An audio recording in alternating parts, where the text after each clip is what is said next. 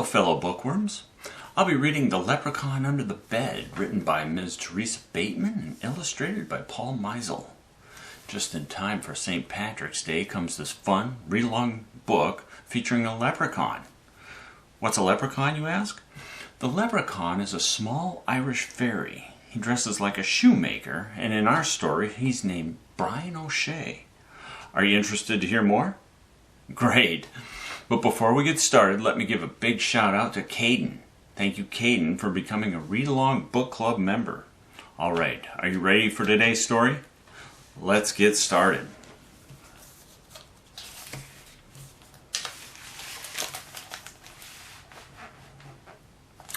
Brian O'Shea enjoyed his privacy. A leprechaun can be alone without being lonely, he liked to say. Indeed, he would know, for he made a snug home beneath the ground in an out-of-the-way spot.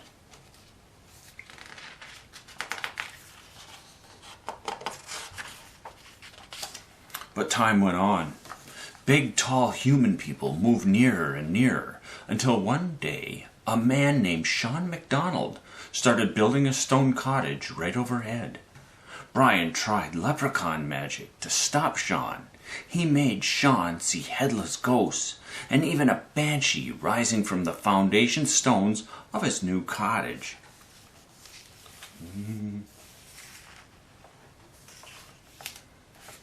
But his plan backfired.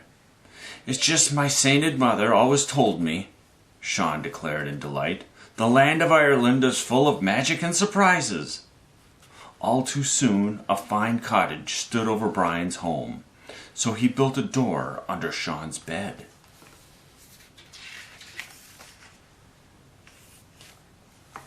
On moonlit nights, Brian would cobble outside. When it rained, he worked under Sean's bed, deliberately disturbing the man's sleep. Yet he didn't wish to be discovered, so if Sean moved, Brian would whisper, "Now don't you be frettin' your wee little head. It's only the cat under the bed." After a week of restless nights, Sean decided he had to know why he wasn't sleeping well. He went to bed as usual, but, though his eyes were closed, his ears were open. At midnight the tapping began, and Sean sat bolt upright. "Now don't you be frettin' your wee little head. It's only the cat under the bed," he heard from below. "Ah, of course, the cat," Sean yawned, settling back under the covers. Then his eyes flew open. "I don't have a cat," he thought. "And even if I did, who ever heard of a talking cat?" Tap, tap, tap, tap, tap, tap. So what was under the bed? The answer popped into his head. Sean smiled. His mother had always said that a leprechaun in the house was a fine piece of luck.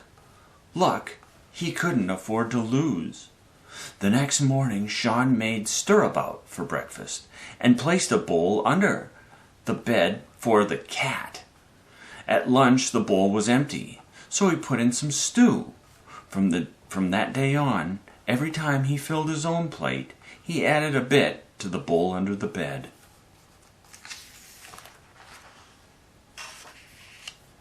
Sean was a hard-working man, but his small farm produced barely enough. Times grew hard, and at times grew harder until there came a day when Sean went to bed with both his stomach and the bowl empty. The next morning, a gold coin gleamed in the middle of the kitchen table. "What a blessing it is to have a cat in the house," he remarked aloud, before hurrying out to buy good food.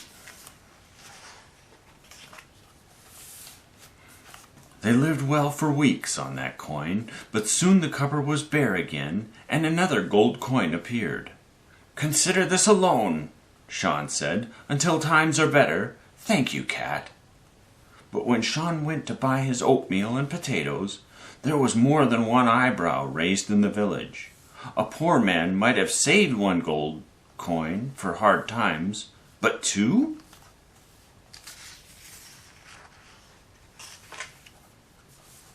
Gossip ran like water through fingers, and as it spread, it grew.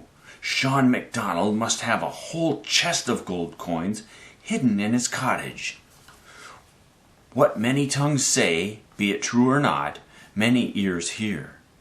2 robbers caught wind of the tale and decided that no one deserved Sean's gossiped gold more than they did. One crisp, dry morning, they hid outside, waiting for Sean to leave. Then they slipped into his cottage, tossed the cupboards, and pried stones out of the fireplace.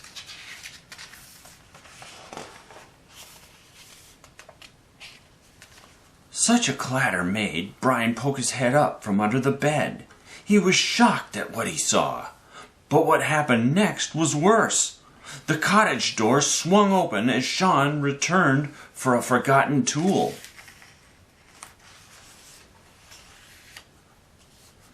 In no more time than it takes to tell, the robbers tied the poor man to a chair. "Tell us where you've hidden the gold," they bellowed. Fearing for Sean's safety, Brian banged his hammer against the floor to catch the robbers' attention. "Hey now, what's that?" one of the men asked. Fearing for Brian's safety, Sean spoke quickly. "Now don't you be frettin', your wee little head. It's only the cat under the bed." "Cat?" the man replied. "Well, the bed's the only place we haven't looked." As Sean worried, Brian grinned. Both robbers stuck their heads under the bed, and there they saw exactly what Brian had told them: a cat. But this was a wild cat, eyes like lightning and claws like knives. The cat smiled at the robbers, then licked its lips and found the sight of them tasty.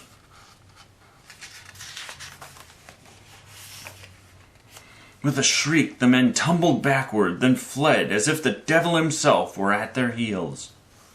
Brian laughed till tears ran down his cheeks. Sean chuckled as well as he wiggled free from the rope. Then he stretched and bowed in the direction of his pillow. "'Tis a grand thing indeed, having a cat beneath the bed," he declared. "Aye," replied a voice from below, "and it's a pleasure having a friend above it." And they lived well and happily for the rest of their days. That's a nice ending. Did you enjoy the story, and were you able to read along? You can find this book and many others at your local library or clicking the link in the description. If you're a fan of read-along books and want to become a club member, subscribe to our channel and hit the bell so you don't miss our weekly uploads. Until next time.